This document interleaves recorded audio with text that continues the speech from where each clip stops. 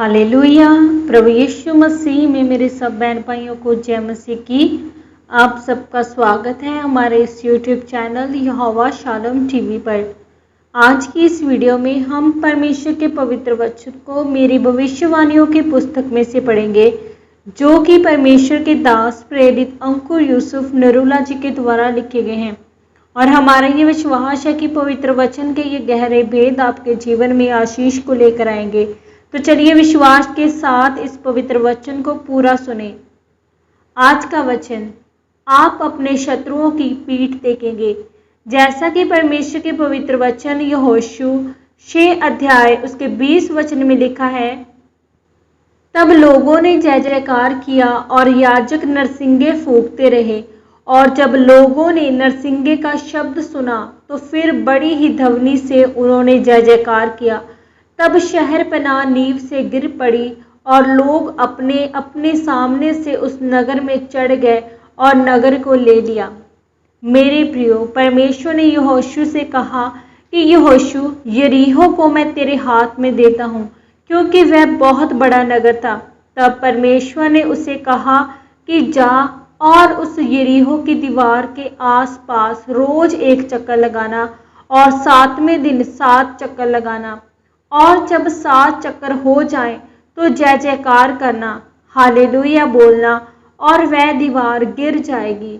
और वह दीवार उनको देश की रक्षा करने का काम करती थी। वह दीवार बहुत मोटी थी और उस दीवार को कोई भी तोड़ नहीं पाता था। तब परमेश्वर ने कहा था कि मैं तुम्हें ये देश दे दूंगा। और जब परमेश्वर ने यहोशू को दीवार गिराने का तरीका बता दिया था, तो यहोशू ने अपने योद्धा को कहा कि जब मैं तुम्हें इशारा करूंगा तब तुम जय जयकार करना।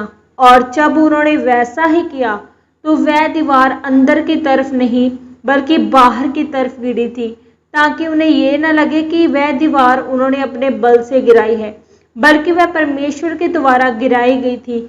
और परमेश्वर ने कहा कि जब वह दीवार गिर जाए तो सामने चढ़ जाना और सबको खत्म कर देना।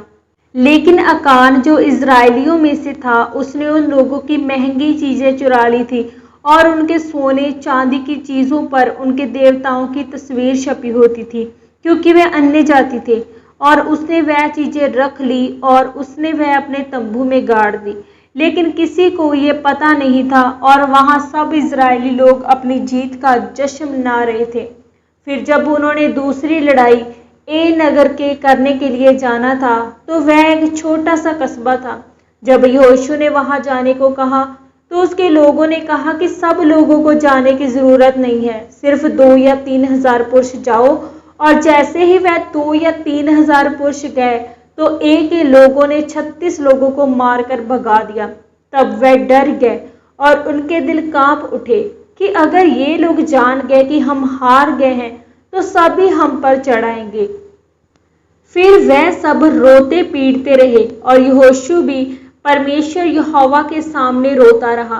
तब परमेश्वर ने कहा कि इजरायलियों ने मेरे विरुद्ध पाप किया है, उन्होंने मेरी वाचा को तोड़ा है और उन्होंने अर्पण की हुई वस्तु को चुराया है, जिसके कारण उन्होंने हार के मुंह को देखा। मैं आपको ये बताना चाहता हूँ कि एक मसीही व्यक्ति को समझ आना चाहिए कि ना तो बल से ना शक्ति से, परंतु उसकी आत्मा के द्वारा सब कुछ हो सकता है। ये यहोशू और इजरायलियों के लिए एक शिक्षा थी कि चाहे हम गिनती में थोड़े हों या ज़्यादा, लेकिन अगर परमेश्वर आपके साथ नहीं है तो आप निश्चित रूप से हारेंगे। और अगर परमेश्वर आपके साथ है तो वह राजा चाहे कितना बड़ा क्यों ना हो, तो आप उसकी पीठ देखेंगे, वह आपकी पीठ नहीं देखेंगे। मेरे प्रियो, अगर आप ये जान गए कि मसीही जीवन में आपका योगदान क्या है, तो परमेश्वर का मकसद आपको ऊंचा करना है। आमीन। प्रार्थना। आइए मिलकर हम इस सामर्थी प्रार्थना को परमेश्वर के हजूर करें। सर्वशक्तिमान परमेश्वर, मैं प्रार्थना करती हूँ कि परमेश्वर, मैं आपकी आत्मा के द्वारा चलूंगी और शैतान की योजनाओं को रद्द करूंगी। और जिस तरह से यरीहो की दीवार गिरी, उसी तरह मैं भी शैतान के गढ़ों को गिरा दूं, प्रभु यीशु मसीह के सामर्थी नाम में। आमीन, आमीन। मेरे प्रियो, आज के इस पवित्र वचन के पढ़े और सुने जाने के द्वारा परमेश्वर आप सबको बहुत तायत से आशीषित करे।